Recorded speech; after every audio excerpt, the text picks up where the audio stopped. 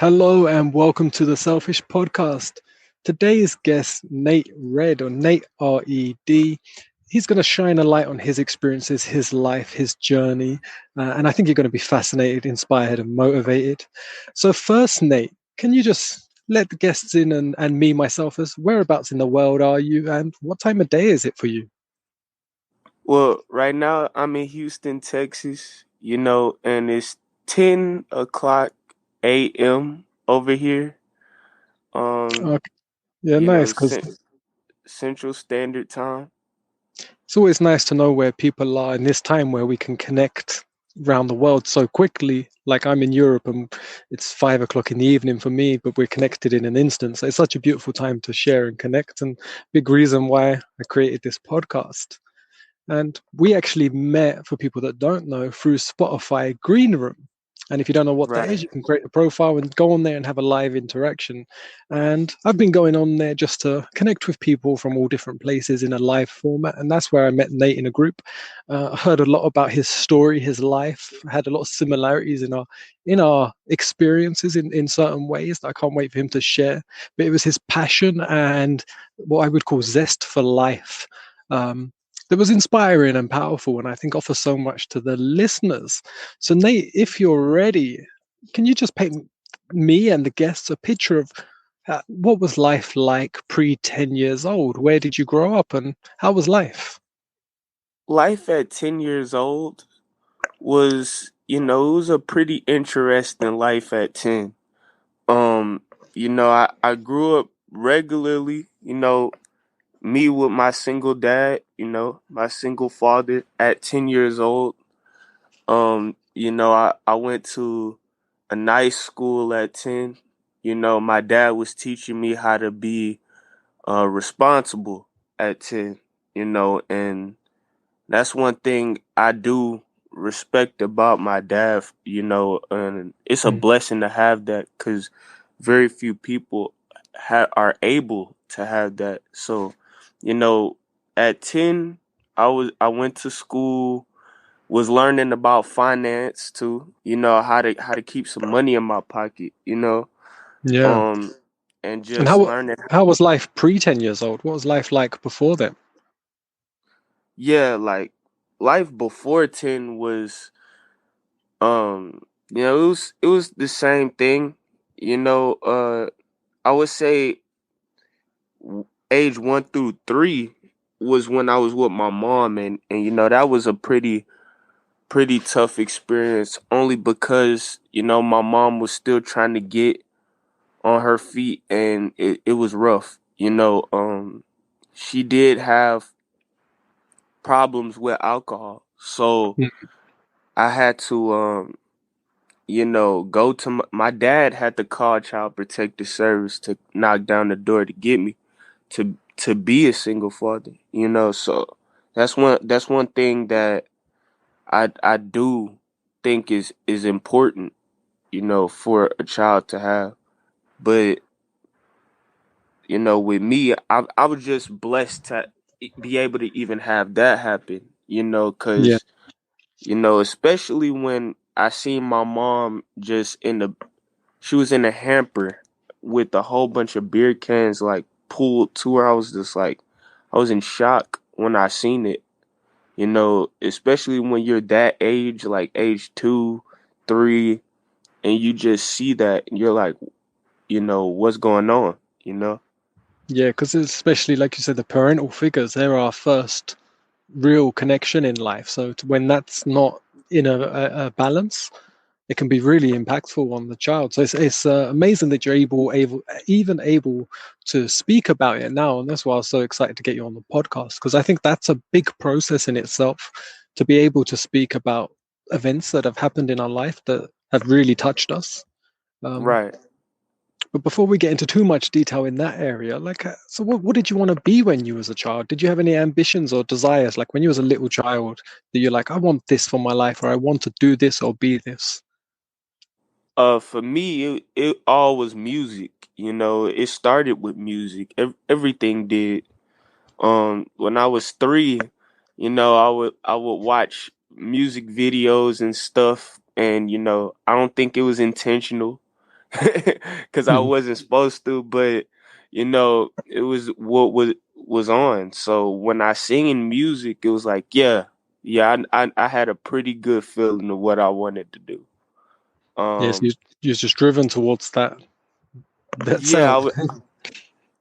I was very driven. Yeah, and You what was know, school like for you? school was pretty cool. I in elementary school I would move different schools, and then middle school started to be a little bit more easier with school because it was a consistent thing because I was with my dad, so Yeah. it was much more of a consistent financial structure to the school, so I was able to stay at a school for a longer period of time. So So yeah, so you got a lot more structure in your life once your dad was able to give you them roots and be there for you in that support. right. So I went to school, the same school, consistently up until freshman year, and then I moved my sophomore year to What another what school. what what age would you be at then? Because in the UK we don't use freshman, or we use different terms. So what age is that? Is that like 16 to 18? Yeah, like for middle school, it would be age 13 to 15, and then eight in high school it would be age 15 to age 18. And then Okay. elementary school would be age um yeah, age Yes. 6 through 12, I think. Okay, yeah. So yeah, it's the same. We just have different words, but the same ages basically. So I was just Right. interested to check on that. Um, so how was the life? How was that transition like with how you felt with what was happening in your home life and what had happened to being in an area with other people, say that, did you talk about it? Did you hide it? How did you deal with it in that time when you're a child? What did you use? I know you said it's probably going to be music, but what did you use during that time to find yourself some balance? I mean, for me, it was I wasn't psychologically um using anything very young or early on, but later on in life I did try to you know I did get into some pretty bad and tough things. Like I would say music came, but it wasn't just music that came. It was like it came with all the other stuff too, like drugs and all kind of like weed pretty much and everything like that. So, Yeah. you What know, type of music was you into? I was interested in hip hop and R&B, but I was also listening to my kind of music from my generation. So it was like I would listen to older music, and I would listen to the music that came in my generation. So, hip hop, R&B, and you know, trap music didn't come till 2015, but like hip hop music, Yeah, and there's a high influence, like you say, between the modern cultures of hip hop compared to the older music, the R&B, back to the soul right, and the gospel music. It's like you're not going to get the gospel singers that are listening, that are taking drugs and promoting drugs. Yet there's some right. attractive beats and sounds and ways of expressing yourself through hip hop. But there is, Oh yeah, I've always liked hip hop since I was a young child. Like I think it's a very nice expression. Like you get to hear people's real passions, and that was always important to me when I was young. So I saw like the art form of hip hop, but then I also saw lots of my friends who didn't look at it the same way, but they were influenced exactly. much more by the drugs and the culture rather than the art. They like just didn't care about the art form. Um, but once they got involved in it, they become like corrupted with drugs and power, um, and went quite far down that route. And they no longer cared about making the music or putting their Right, words to music. They had now they'll listen to the music and go and sell some drugs. exactly. And me, I didn't sell it, but I was one of the people who did buy it, Yeah, like when it came to weed and stuff like that. And, it was just me being a regular high school, middle school kid in my phase. But, it's just one of those things, because when I got into music and stuff and was making music, it wasn't always that. I made it off the strength of just freestyling. I used to freestyle with my dad in the car. Age nice. 3. I would do that, and it was just one of those things where I didn't even know you can record music. I thought you just freestyle. Everybody knew how to freestyle. Like as a Yeah, that's kid, just how music's made. yeah. Like I'm just like everybody knows how to freestyle, and that I didn't have no clue about audio or none of that. So it's one of those things where writing, I did write poetry, but it was a separate thing. I wrote and then I freestyled. And when I freestyled, I didn't record my freestyles. It was just like I'm thinking this is how everybody do things with the music. Mm. My dad was like, "Nah, you can record. You didn't know that? That's how music is made." I was like, "Nah, I didn't." And it was interesting to me, man. It really was. Yeah, so that sparked a passion with you, like that you can make the sounds and actually record it down and just build that structure. So did you Yeah. find like, so would you say your earliest struggle in life was witnessing the alcohol abuse in your mother's life? And would you say that music do you express that with music? Do you intertwine them your younger years to the actual music you put out now? How do you work with it? I mean, my message is always gonna be where my reasoning hits, right? For making music. And I used to want people to, it was for, okay, I want the fame or whatever, as a young kid, that's what you Mhm. want to do when you're in the music, you know. But then my reason turned to money when I became a teenager. And then as I got even older than that, at my age now, 22, I do it because it's therapy. I use Yeah, my music therapeutically and just for me, as though, you know, the reason it is even without eyes, even if people weren't to watch or to listen or to even pay for it, I still would be doing it because my reasoning now is a much more solid foundational reason, so yeah. yeah, no, that really makes sense to me. And like I say, I see a lot of people that even much later in life than 22 are still in like either trying to get the money or the fame.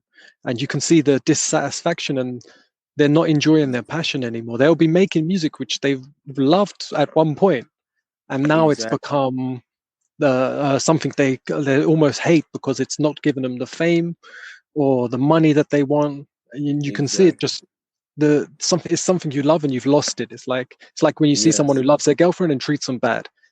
Yeah. It's yeah. It's completely like that, and that's why I tell people, man, for me, I wasn't quick to make music a career or a job, and that's the reason why, because and I turned down a lot of record deals too. I turned them down because that was not what I did it for. You see what I'm Yeah, saying? Um, Turned down Def Jam a couple times. You know what I mean? Cause that's just not I do not want to be in the industry. That's just was never me. You know, yeah, I looked up to the people that were in it, but it was just not something I seen myself doing. You know what I'm saying? I still want to enjoy life, and go out there and just be able to go outside without paparazzi flashing or go outside without people being like, "Hey, are you that guy that?" And all that other stuff. yeah. So Like and just enjoy the actual process and what you and the creation that you're making. So exactly. How's your relationship now with your mother and father? Now it's years later. Is there Oh, any I got change? a I got a good relationship with him. Actually, I talked to my dad uh earlier yesterday, and I talked to my mom yesterday as well. I have a good relationship with both parents. My mom, she's doing well. She's doing good. My dad, he's doing fine. And uh actually later on the day, my mom's probably gonna come over, so that's pretty cool. Yeah, Yeah, no. you know. Yeah, nice. Because I remembered from when we spoke in Greenroom, but the listeners obviously weren't there to hear it. But I remember you talking about that, and you're saying you was going to actually ring your mum and stuff that day. And I could tell from the way you was talking about her and the experience that you'd gone through a stage, and you didn't have any blame, regret, or any negativity towards the experiences that you had that were unpleasant due to your mum's own personal issues.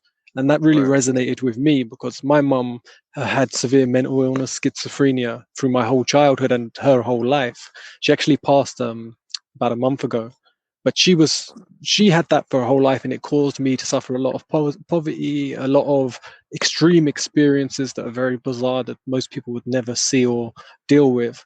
And in my younger years, that caused me a lot of pain. That caused me a lot of suffering to have seen it, to have held it, and a lot of regret, and just but I never felt angry or bitter towards my mother for it. I never blamed her. And then later in life, I was actually telling her that I appreciate them experiences. They made me who I am, and I Exactly. appreciate her, and I appreciate even the worst experience that I went through with her. I appreciate it Exactly. now, and I could see And you resonate with that.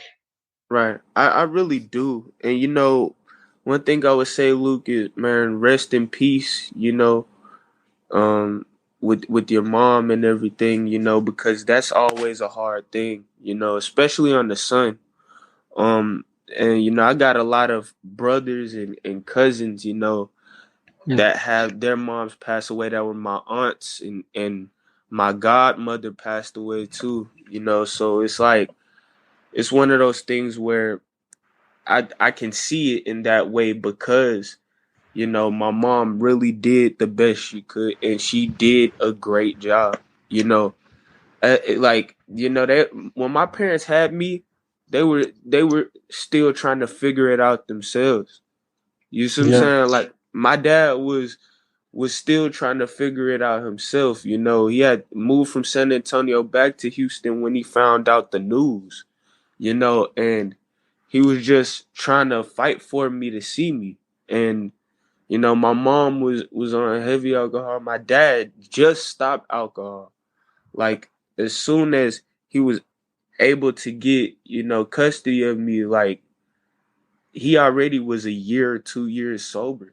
You see what I'm saying? good, yeah. So And I so it think, was like, oh, you go yeah, I ahead. was just going to say, I think, like, especially when you're younger, it's really hard to imagine that your parents aren't everything and don't know everything, and they're living their own life process and experiences, and they're not always going to have the perfect uh, answers or the perfect or do the perfect thing.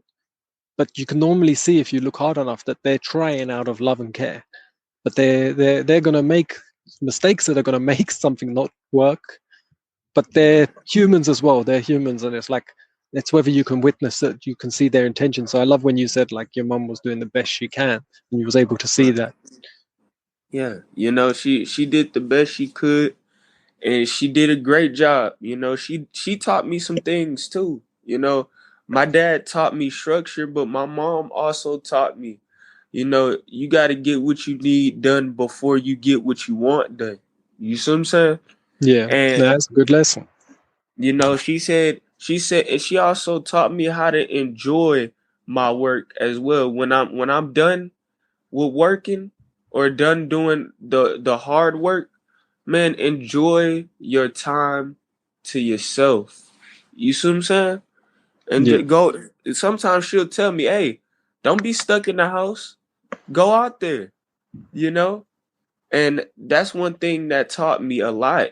When my mom was able to get me out the house and able to do that, that was really cool because Sometimes I need that fresh air. Sometimes I need to go out there and get some stuff going. Yeah, and actually be in life, not trapped in a Exactly. box. Yeah, And my nice. dad, my dad taught me structure inside the house. My mom taught me structure outside the house. Oh, You know, nice, man. So you get that balance. exactly. You know, Yeah, and she was nurturing whenever she could be. And because she was a working mother as well. She worked a heavy full-time job, so she wasn't you know the type to be there every day. yeah, She was working, so she would have a little note. Hey, I'm gonna be home late. Make sure that you and your brother are, you know, eating your dinner the way you're supposed to. Taking your shower, having a little note for us, and we were grateful for that. yeah. No, nice. And did you find, like for me as well, witnessing my mum losing, say, her conscious control? So you would have witnessed something similar when your mum's had some alcohol. Did you find that changed your own sort of life in terms of how you deal with not just alcohol, but any form of substance that can alter your state? Did you find yourself more interested in that area to like avoid it or to take it, or how did that affect your own life with substances? I mean, with me, I was just like I thought that when I first seen it, when I seen my mom in that hamper, I thought that the alcohol was like some type of poisoning or something. I Mm, didn't know what it was. I was young, very yeah, young, so I'm not looking at the alcohol. I'm looking at my mom. You see what I'm saying? I'm not. I didn't even know what that was. You see what I'm saying? yeah, Um, and as I got older, I started to finally get it, what that was. Later on in life, I was able to experience things with alcohol and things with that type of thing. And I was just like, okay, I get why my mom was where she was. She was intoxicated. You know what I'm yeah. saying? And And did and that make you want to stay away from it yourself? nah, I mean, I still had the experience. You see what I'm saying? I still had the high school experience. It just was one of those things where I was too young to understand it then. You see what I'm Yeah, saying? I was too young to understand that whole entire aspect of it. And it came from stress. I had experienced that stress myself. So me just experiencing that myself, I knew what it was. You see what I'm saying? I started to be able to know what it was, yeah, you and you can know. gain that appreciation for where she was and what was actually happening. Exactly, How, and how do you think if you was to meet your younger self, let's say around 10 years old now, what do you think your younger self would say about you now? I mean, probably I came a long way. You know what I mean? Yeah, Um, because my younger me was still trying to figure it out. Was still was still new to everything, and didn't know too much about life. So probably would say that I came a long way. You know, nice. Yeah, that's good. Now, like the last 2 years has been a very different 2 years for everybody. With what's going on around the world. And like I said, in different states in America, I know you have different regulations, and same as in Europe, we have different rules, different regulations, but everyone's had to have some impact on their life. How would you say the last 2 years has impacted your life, both like internally as well as your external life? What's happened in your world for the last 2 years? the last 2 years, man, has been crazy. For me, um, at 2020, I cut off all communication. Really, you Mm, know what I mean? I was I was able to kind of put things in perspective, because I turned my phone off for like 6 months to a year one time. No communication, no contact at all, and the reason why was because I was in a pretty terrible spot, you know, when it came to that. You know, So, if you don't I mind, so had what was happening in that point? That what was so right. terrible at that point? You know, my college classes have closed down because of the COVID, and I was trying to figure out where to go for work, you know, and my car, my first car that I had, you know, because I still had the same red car from high school, and it got crashed, man. It was a 2004 Malibu, and I was just like, man, I need some type of transportation for work. Mhm. And so I was just at home, and that, you know, I was really broken down for a minute, and I had to sit and collect my thoughts. So I turned off my phone. You know, I had to escape my phone. I really did. And so I did that, and I was able to kind of just like, I gotta get organized. I gotta get right back to where I was before. Like I didn't have the drive, so I had to look deeper within. Like, what was I doing in high school to have this same, to have the drive, entrepreneur wise? You know what I mean? I Yeah, gotta get organized. So I started journaling. I started to organize my place more and more, and eventually I started becoming able to find a consistency about myself. Right? yeah, nice. Able to go outside and just live life, man. Go to the park, you know, go catch me a cup of coffee, right? Um, and stuff like that. So I was able to do that 2020. That was late 2020. And I had eventually got me a new job, and I eventually was able to get me a new car. You know, I was on my second car in Mm. 2020. And then I was on my third car 2021. So, Yeah, you know, and I was able to get things in perspective. So that was what it was with me, was living my life, man. I really had to, especially during the EMS thing too. I had an EMX experience when I first got back to work, because I wasn't used to my schedule, right? yes. Because I was Can so you used explain to, what did you say? An EMS? yeah, EMS. It was emergency people to come and get you, kind of like an ambulance. Okay. And so they came on this while I was at work. I went into neuroshock. And for those Mm. who don't know what neuroflenic shock is pretty much like, you know, it's overstress or an overcharge in your neural system, which is where your brain is. And you know, you go through a stress, and you know, your blood pressure rises up, and that's what happened with me, right? But Yeah, and I wasn't no. this is early 2021. This was, yeah, this was like 2021, early 2021, like to the beginning of 2020. I mean, no, to the end of 2020, right? Yeah. Um, and so I was at, whenever I got work and I was able to get a consistent schedule, right? I wasn't used to sleep. I wasn't used to of a consistent schedule of sleeping, my consistent work schedule. I wasn't used to it, right? My body wasn't used to it because it was overworking itself before then. And I went into a neuroshock through stress. And when they told me my high blood pressure was 175, they were like, "You're 21. You're too young to be having this right here." But they were like, "We got to do an MRA scan, right?" And they did that to see what was going on, and they told me that it was overstress.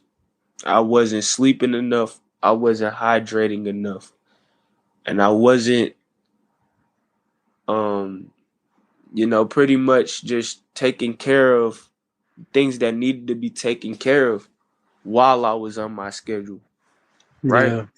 because I was so used to, before I had a consistent schedule, I was so used to working, staying up late, getting stuff done, but it was out. My mind was everywhere.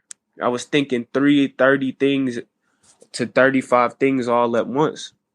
And so I was just fast pacing before I had a real schedule. And I was like, all right, I'm gonna have to take this serious, you know, because I'm 21 and I'm having high blood pressure. I have to get my electrolytes up for one, and I got to get serious about my sleep, right? Hmm. So I was able to do that. And I carry a consistent schedule with me even now. So Yes. that So changed now my it's been like a year since that. So you've been working on that for a full year. How's your sleep now? oh, it's good, It's, And you it's you it's feel real different good. inside? You can feel the more balance?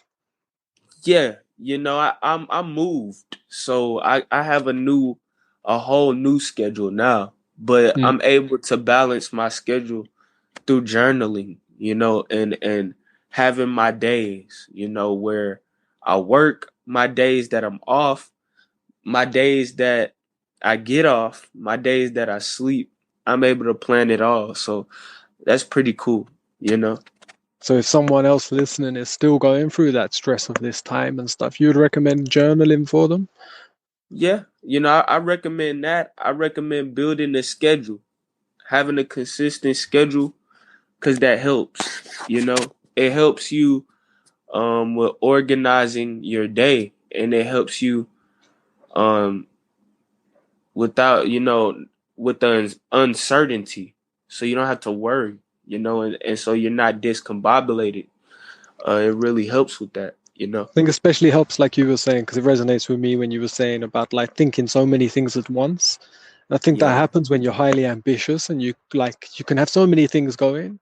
Um, Sometimes just writing them down enables you exactly, to take time to not have them flying around in your mind because you've put it exactly. to paper. Right. And like you said, it starts to accumulate and you just start to get things done a little bit smoother, a little bit quicker. I did go for a point myself where I was writing too much down, I felt. I Yeah. started writing so many things. I was writing down everything that I wanted to do and think, and I was just like, then it's impossible to like actually meet your own quota that you've created. I created a schedule that was so intense um, that then I would start to look back and be like, oh, I didn't manage to get like so many bits done.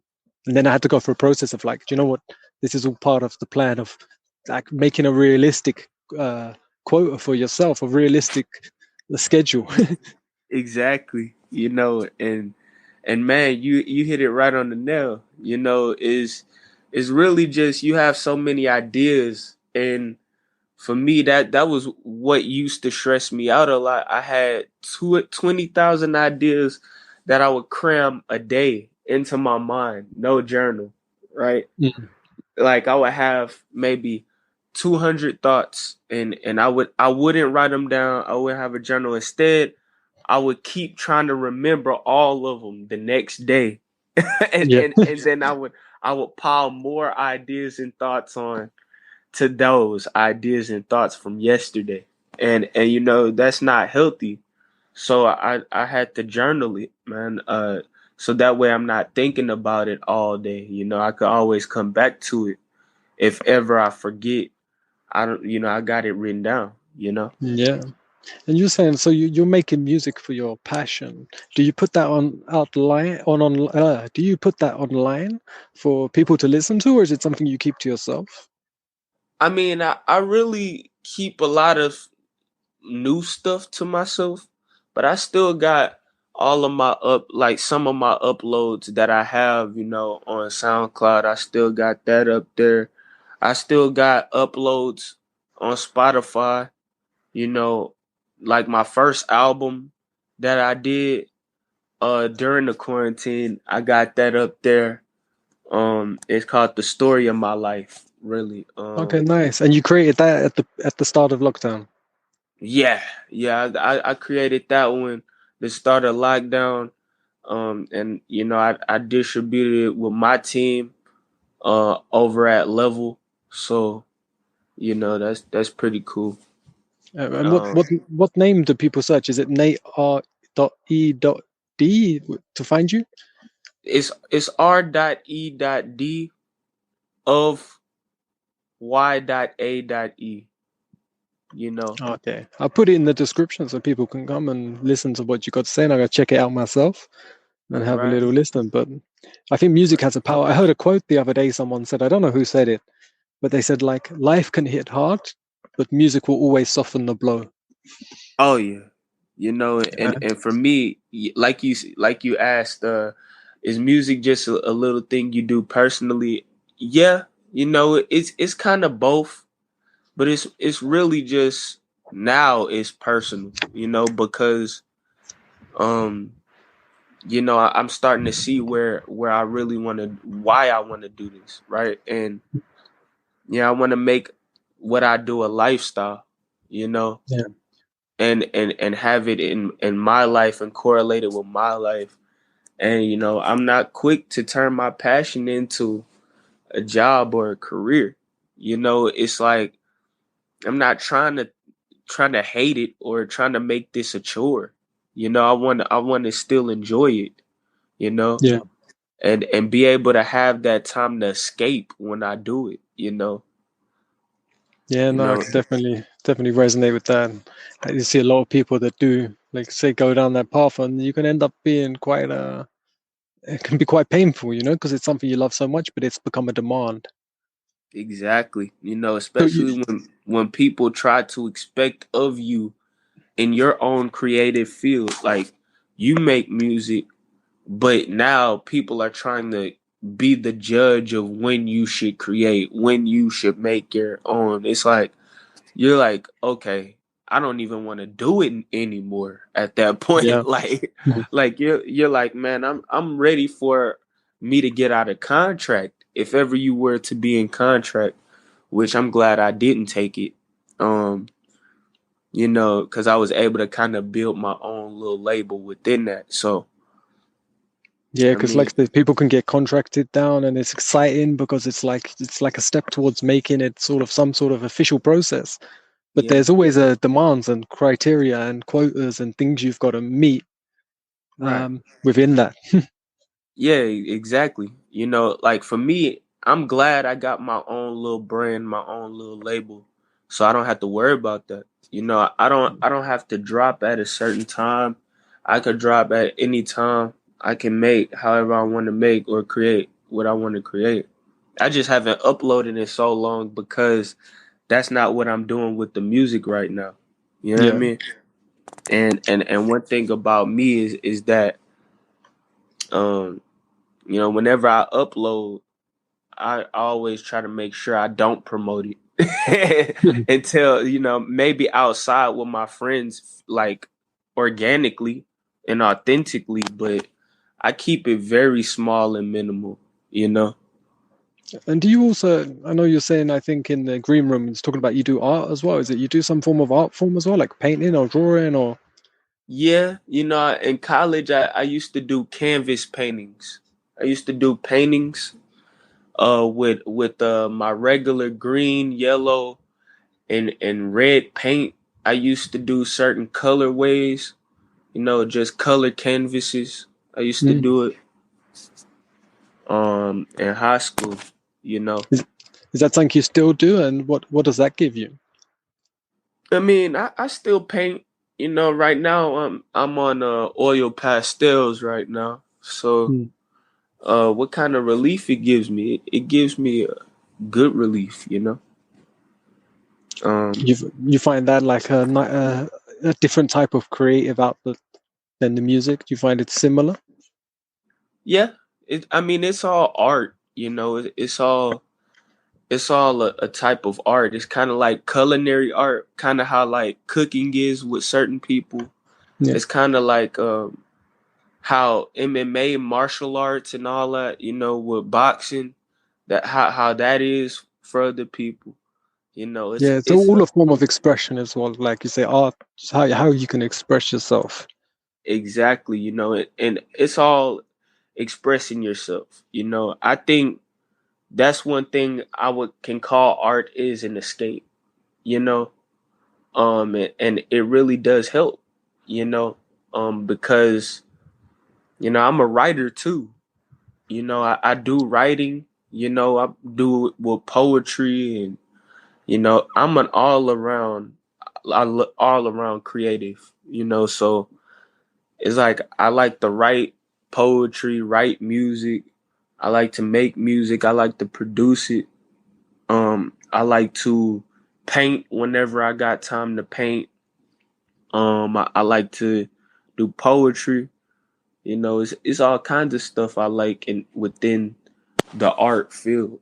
You know, Yeah. um, and No, and I think it definitely is this. Like I say, certain people, it's a bit like sport as well. Like you mentioned, boxing and things. I found when I was younger, it was actually boxing that really helped me in my early teens from getting out of a lot of the pain and stress I had in my life, and just having that, being able to physically express myself, really helped. exactly, Just being able to move. And someone I had on the last podcast, she was just talking about dancing.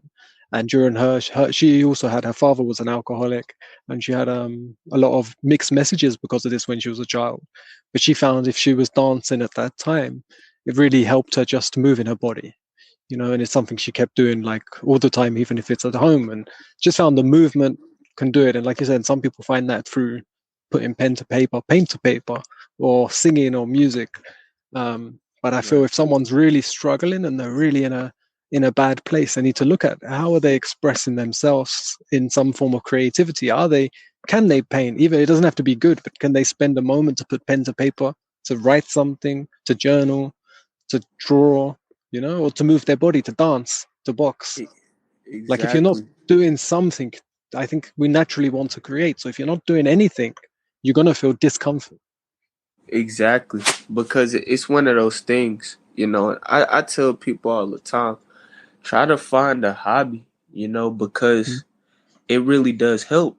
You know what I mean? And I tell people I have anxiety, so it helps with that. And it helps me so that because I can really get depressed on if I'm not doing anything or if I'm not productive with my time or my day, it can really affect me in such a way.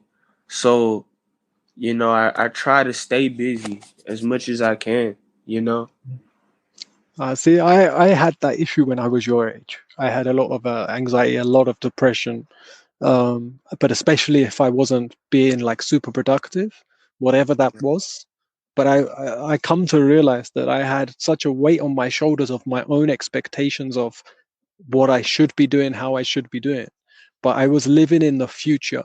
A lot of the time when the discomfort was there, later I could witness that discomfort was my own dictator, internal dictator that was Right. putting pressure on me. Like, they say like you can have someone whipping you from behind to do something, or you can have Right. someone lead you with a carrot. I was like whipping myself from behind. I was punishing myself to get the job done with such demand, such structure and importance that if anything Right. messed that up or it slowed down, it could put me into a really deep depression or Right. anxiety. And sometimes things in life can be taken out of our control, as everyone's witnessed in the last 2 years. Sometimes Right. the outside world is going to make your schedule mess up. It's going to make something not go to plan. And that can make you feel really depressed and really things. But for me, it came from letting go of them expectations and really enjoying the journey of just when I'm doing it, I'm doing it. If I can't do it, I can't do it. It's just not happening. But I'm not going to let Exactly. that mess me up. I'll Oh get back yeah, on it when I get back on it. exactly. See, and that's why when I told you about me having to slow down and be take my health serious and keep a consistent schedule, it didn't really like, I wasn't overworking myself. I don't overwork myself. But Yeah. when I say stay busy, I mean stay busy as in, go out there and live my life, Um go out there and just, you know, have a day that, I would be content with. You know, it don't always have to be work, but if I could go out there, maybe do some scooter rides, probably get on a scooter, get on a bicycle, get on some do something, you know. I tell people it don't always got to be work, but it do have to be something that's therapeutic, like music, creativity.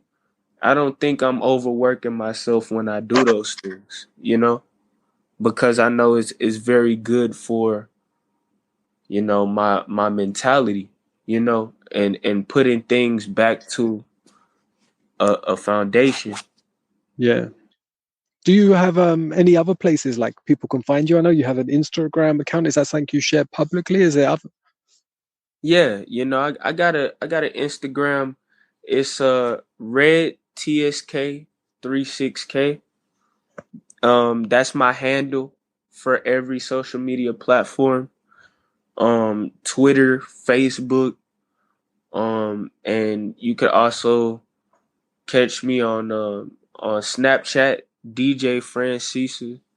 But you probably have that in my LinkedIn, or my the link in my bios if Yeah. you follow me on my socials. But I got the same handle, pretty much everywhere. Okay, Um, I'll make sure to put that in description as well so people can follow you on there. Is there one particular that you use? I'm just personally interested. Do you find one particular social media platform your sort of favorite place to go and use? Or do you distribute your time fairly evenly between them all? I mean, I do it evenly. I mean, at one point in time, I was doing it to where I was consistent with social media. But man, I'm gonna be honest with you, man. I've been I've been living my life so long to where it's like I use it for my poetry, my writing, or whatever things that I'm doing within the media. But I'm not on there consistently. But yeah, whenever I get a chance to connect with people, I'm able to connect with them there. I always check my DMs on there. Yeah. Um, and Yeah. and every other social media site. So if you do want to hit me up, I definitely get to your DM on there. No doubt about that. Yeah, no, because I was interested just because, like, as I've been going through my process and wanting to connect and share with as many people as possible, like, I was like, right, I went through most of my life never having any involvement on like any social media. Like, I signed up Facebook first time this year, and I would avoid it at all costs. And then when I wanted to share and connect with people, I was like, right, now I've got to have every single one. And then I started like a crazy schedule of how much allocating myself time on each one, how much quota I've got to meet each day. It became really stressful quite quickly. And I was, like, I need to cut back. I need to Yeah, choose which ones I enjoy. I need to share where I enjoy sharing. And I'm still finding my way on there, which ones I like, which exactly. ones I don't, which ones seem to have more Yeah, benefit for which causes. Um, right. but yeah, I'm, it's, I it's mean, I interesting. mean, I use it for what it's intended for. You know what Yeah, I mean? Like I'm a sparingly. I use social media very sparingly. I come to it and then I'll hop back off and go and get back to what I gotta do, and then I'll come back to it whenever I can. It's one of those things.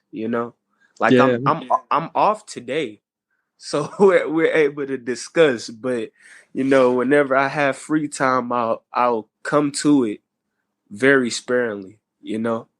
yeah. I I think it's think good to have a balance with these things. Like, it's very easy for a lot of people I see are heavily addicted to it, where it's not right. they're not using it to serve them. It's actually it's causing a lot of pressure in their life. Exactly. Instead, you're serving the media.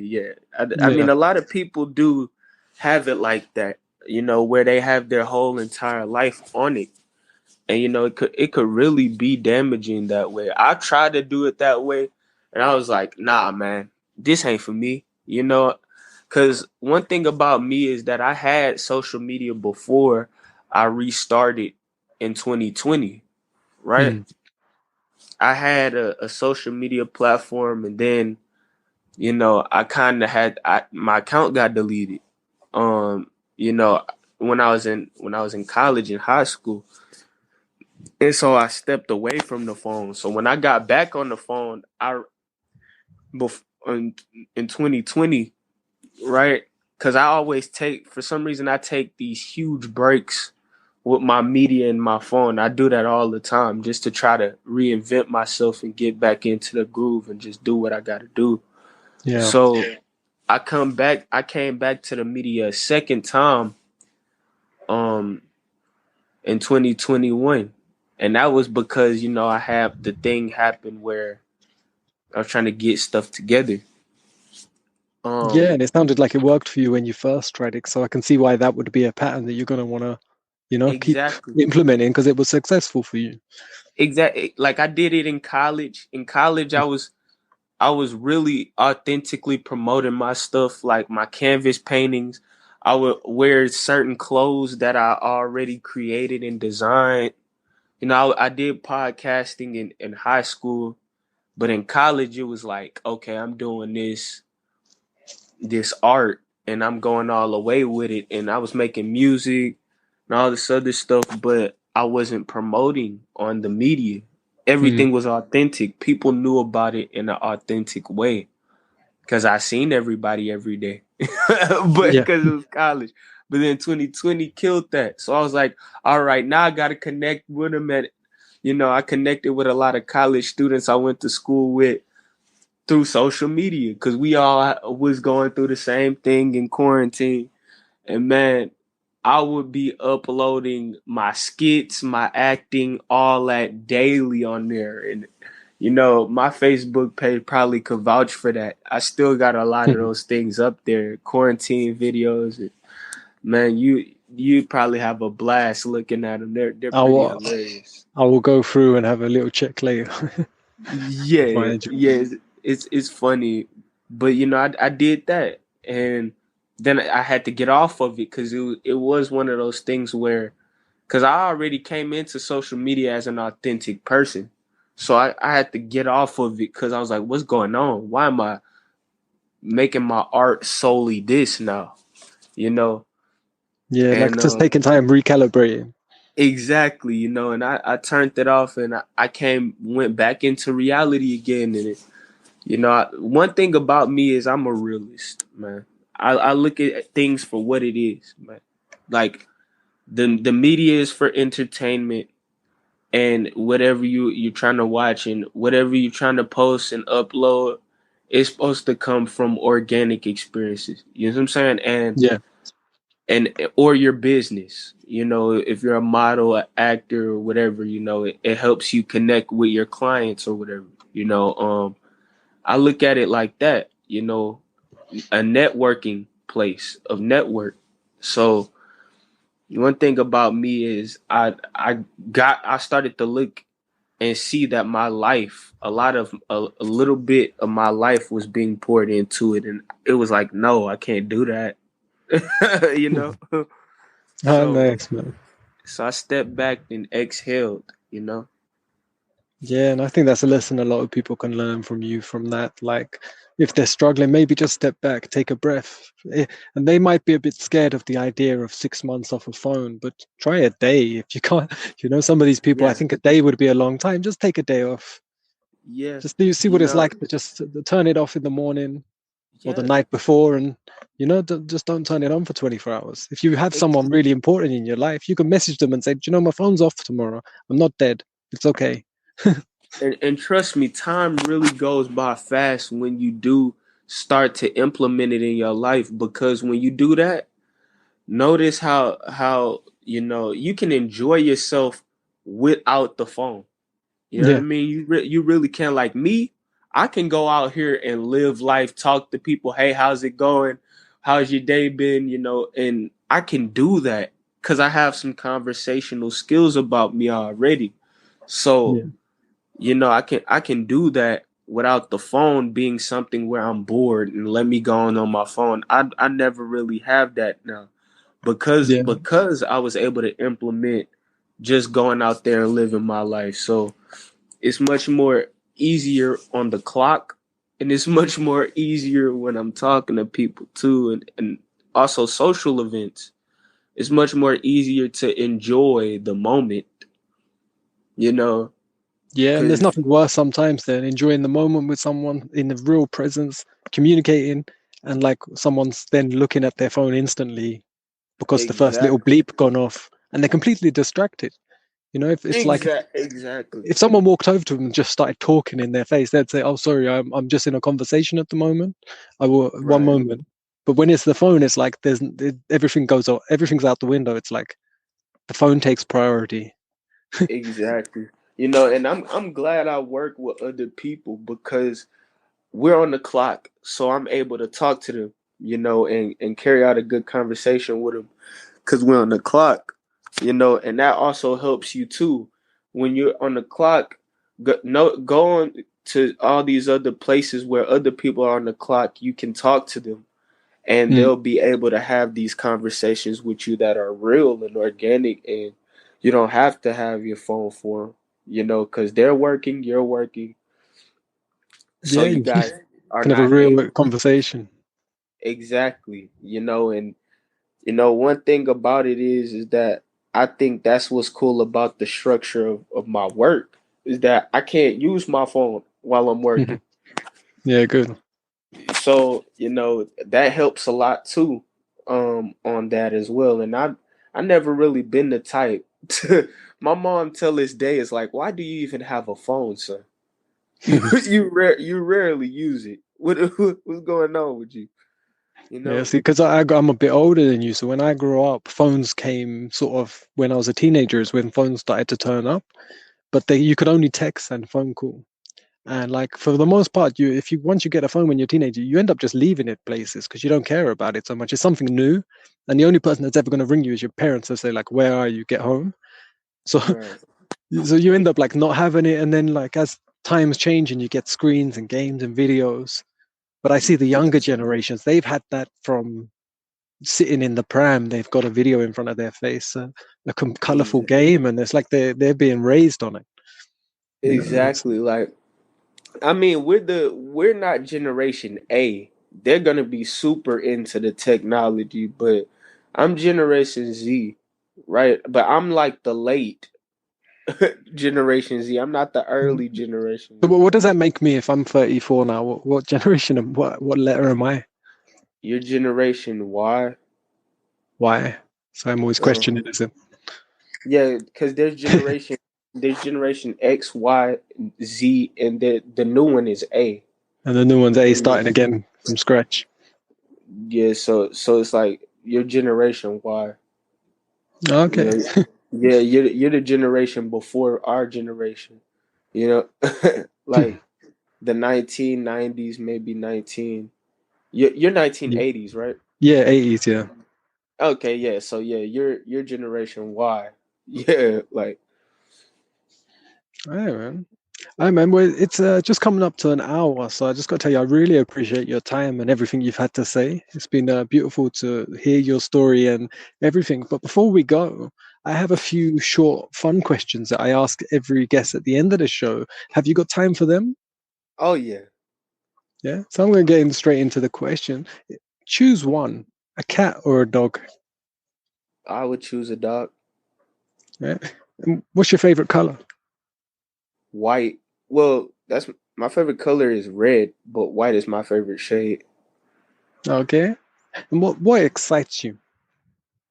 What gives you energy? Um, I would say just going out there and what give me energy is just living life, man. Like that's what gives me energy. Just being able to go out and breathe. You know, Okay. And what would you say turns you off? I mean, the thing that turns me off really is just like hard headedness. Not being open minded to other people's experiences. Uh-huh. That's what really turns me off the most. Okay. What sound or noise do you love? The sound of noise that I love will probably be wind. I like the sound of wind. No, I've had quite a few people that like or love the sound of wind. But what sound or noise do you hate? Sound of noise that I hate, Mm, I would say squeaky noise. squeaky noise. And what first comes to mind when I say, what's your greatest fear? My greatest fear would be not accomplishing my goals or accomplishing, certain goals before my time is up. Okay. What do you love about yourself? Man, I love the fact that I'm able to create. I Oh, like nice. my creative mind. Oh, nice. And what do you love in others? And I love the individuality of others. I like when people are different from me and from everybody else. Oh, nice. And last question, what do you love about animals? I like what I like about animals are they don't really necessarily abide by certain laws that we abide by. You know what I mean? They're in the wild. They enjoy life the way Yeah. they're intended to enjoy life. I think we can learn some things from animals really. Yeah, I really like that answer. And I like to, like when I look at the birds and you see, like, you hear stories of birds that migrate from country to country, and it's like, no one's put a restriction or a law and said, no, this is your boundary. This is, you can't go here because you're a pelican, you're not allowed here. Right. So, but man, it's been amazing to hear your life and some of your story. I know only an hour is a short time to go into depths of someone's experience, but I really loved you being open, honest, and authentic. So thank you so much. Appreciate you, Luke, man. Until next time. Yeah, let's keep in touch and we'll catch up sometime in the future. Oh, for sure. I got you on Greenroom, so Yeah. we're gonna keep it going. Yeah, and Greenroom something I'm like I pop on, I try and use that app really sort of like you were saying sparingly. I just if I feel Yeah. inspired after I've done my morning routine and I want to connect to someone around there in the world, I just jump on. Yeah, it's And it's just very sparingly that you use these things, but man, we're gonna catch up, man, and I'm glad that I was able to talk to you. Thank you for having me as your guest. hey man, I loved it. So thank you. And have a great rest of your day. It's evening for me, so I'm gonna go take my dog and cats for a walk and Uh, make something to eat. So enjoy. You've got the stay whole up, day ahead of you. stay safe, stay blessed. All right, man.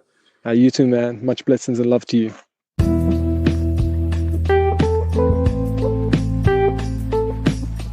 Thank you so much for being here and listening to the Selfish Podcast. I'm your host, Luke Greenheart, and I appreciate you being here. Don't forget to check out my YouTube channel.